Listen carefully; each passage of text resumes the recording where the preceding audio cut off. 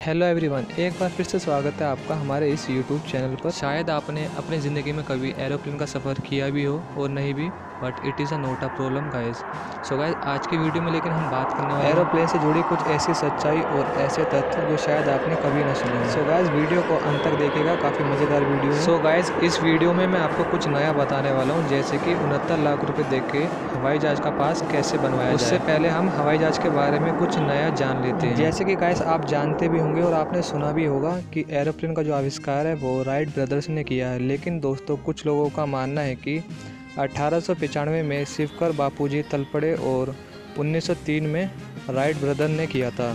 लेकिन दोस्तों, श्रेय जाता है राइट ब्रदर को।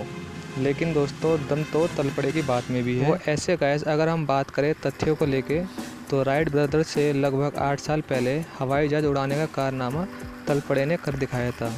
लेकिन दोस्तों, इतिहास में उनकी ये खोज खो गई थी और जो श्रेय मिला वो मिला राइट ब्रदर को। इसलिए हवाई जहाज का आविष्कारक राइट ब्रदर्स को ही माना जाता है। सो गाइज, ये तो बात रही कि एरोप्लेन का आविष्कारक कौन था। अब हम बात करेंगे एरोप्लेन की कुछ ऐसी जानकारी जो शायद आपको अभी तक नहीं थी पता। सो गाइज, क्या आप जानते हैं दुनिया में हर 5 में से एक आदमी को उड़ने से डर लगता है, जिसे आवियोफोबिया कहते हैं। हर दिन पूरी दुनिया में लगभग 2 लाख जहाज उड़ान भरते हैं। अभी तक केवल 5% जनसंख्या ही हवाई जहाज में बैठ पाई है। हवाई जहाज में काम करने वाले पायलट समेत सभी लोगों को इंग्लिश आनी जरूरी है, क्योंकि गाइस, यह फ्लाइट इंटरनेशनल लैंग्वेज है। हवाई जहाज उड़ाने वाले कैप्टन और उनके साथ फर्स्ट अफसर एक तरह का खाना नहीं खाते, क्योंकि गैस किसी एक की तबीयत खराब हो जाए तो दूसरा उस प्लेन को संभाल सके। एयरप्लेन में इमरजेंसी के समय जो ऑक्सीजन मास्क आपको दिए जाते हैं, उनके सहारे आप केवल 15 मिनट तक ही जिंदा रह सकते हैं। क्या आप जानते हैं दोस्तों, हवाई जहाज का खाना बहुतों को पसंद नहीं आता है, क्योंकि ज़्यादा ऊंचाई पर जाने के बाद हमारी जीभ का जो स्वाद होता है वो बदल जाता है।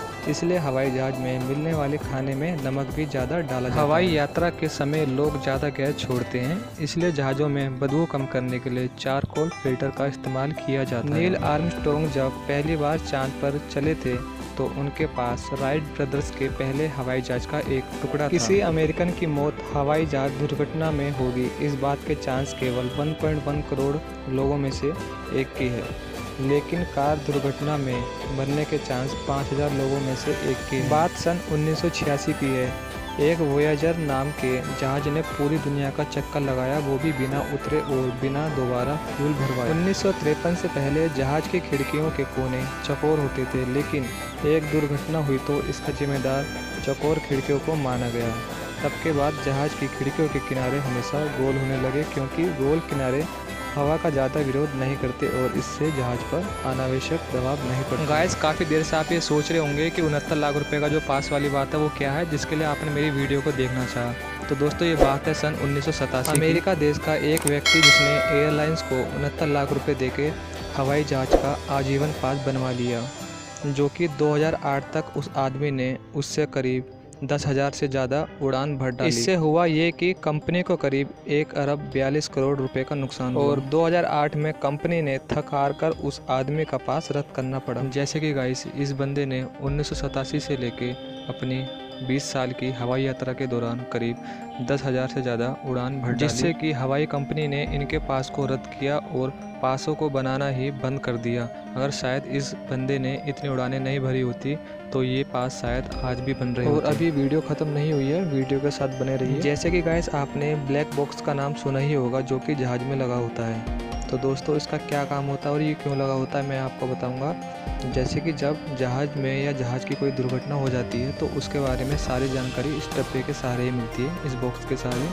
चाहे कितनी भी बड़ी दुर्घटना हो जाए, प्लेन के चिथड़े उड़ जाए, लेकिन इस बात के बहुत ज़्यादा चांस है कि ब्लैक बॉक्स आपको ऐसे का ऐसा ही मिलेगा। दरअसल ये ब्लैक बॉक्स खास तरह की स्टील का बना होता है, इसलिए ये बहुत ज़्यादा मजबूत होता है। इस समय शायद आपके मन में एक सवाल आ रहा होगा कि ब्लैक बॉक्स स्टील का बना होता है और वो बहुत ज़्यादा मजबूत होता है, तो पूरे ही एरोप्लेन को स्टील का क्यों नहीं बनाया जाता।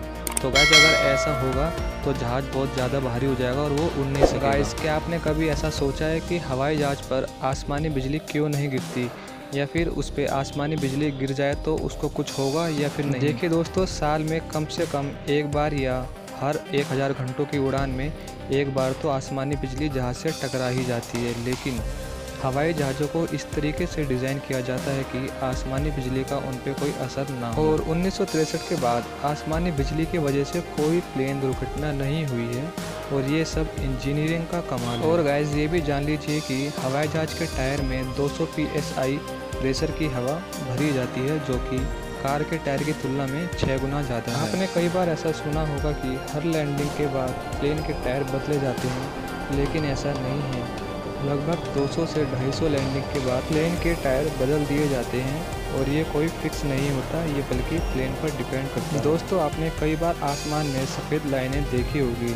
ऐसा लगता है जैसे कोई रॉकेट धुआं छोड़ते हुए जा रहा है। दरअसल होता ये है, जब हवाई जहाज़ का इंजन ईंधन दहन के साथ अतिरिक्त भाप छोड़ता है तो यह भाप पंखों से बाहर निकलती है और जब आसमान में ठंडी हवा के संपर्क में आती है तो सफ़ेद लाइंस बनकर दिखने लगती है।